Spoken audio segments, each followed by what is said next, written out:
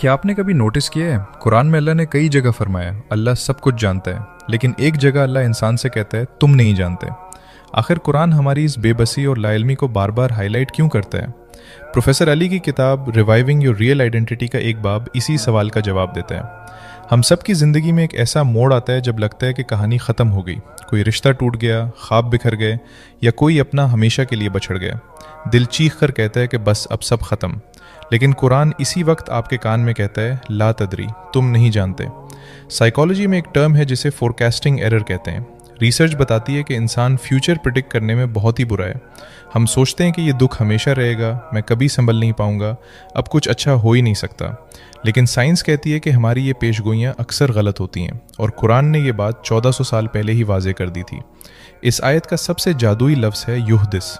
अल्लाह ने ये नहीं कहा कि अल्लाह तुम्हें कुछ देगा या भेज देगा। अल्लाह ने फरमाया युहदिस, जिसका रूट वर्ड है हद्दिस, यानी किसी ऐसी चीज़ को वजूद में लाना जो पहले थी ही नहीं। इसी रूट से लफ्ज़ हदीस बनता है, यानी नई बात, नई खबर। अल्लाह दरअसल आपसे कह रहा है कि तुम जिस फ्यूचर का सोच भी नहीं सकते, मैं वहाँ से एक बिल्कुल नई कहानी शुरू करने वाला हूँ। आइए मक्का की एक इंतहाई बावकार खातून की ज़िंदगी देखते हैं, उम्मे सलमा रज़ी अल्लाह अन्हा। उनके शौहर अबू सलमा सिर्फ उनके जीवन साथी नहीं, सफ़रे ईमान के रफ़ीक भी थे।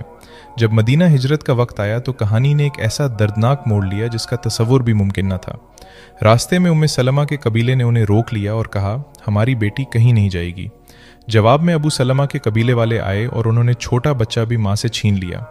एक ही दिन में, एक ही लम्हे में उम्मे सलमा से उनका शौहर और उनका बच्चा दोनों जुदा हो गए। साइकोलॉजी में उसे एम्बिग्यूअस लॉस कहते हैं। ये दुख की सबसे तकलीफदेह शक्ल है, जहां इंसान जिंदा तो होता है लेकिन आपके पास नहीं होता। आप ना उसे भूल सकते हैं ना पा सकते हैं। उम्मे सलमा रोज़ मक्का के बाहर जाकर बैठती और रोती रहती, एक दिन नहीं, 2 दिन नहीं, महीनों तक। लेकिन उनकी अजमत देखिए, उन्होंने इस दुख को अपनी पहचान नहीं बनाया, ना अल्लाह से शिकवा किया, ना उम्मीद छोड़ी। साल भर बाद हालात बदले, बच्चा भी मिला और मदीना जाने की इजाज़त भी मिल गई। मदीना पहुंचकर कुछ अरसा सुकून मिला, लेकिन फिर रज़वा ओहद के ज़ख्मों की वजह से अबू सलमा इंतकाल कर गए। अब अगर कोई उम्मे सलमा से पूछता कि आपका फ्यूचर क्या है, तो उनका जवाब होता मुझे नहीं मालूम।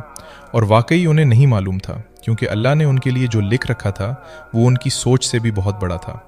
साइकोलॉजिस्ट कैरल ड्वेक की माइंडसेट थ्योरी के मुताबिक 2 तरह के लोग होते हैं। एक वो जो कहते हैं कि ये मेरी फाइनल सिचुएशन है, और दूसरे वो जो मानते हैं कि कहानी अभी ख़त्म नहीं हुई। कुरान हमें यही दूसरा माइंडसेट देता है, ला तदरी, तुम अभी पूरी कहानी नहीं जानते।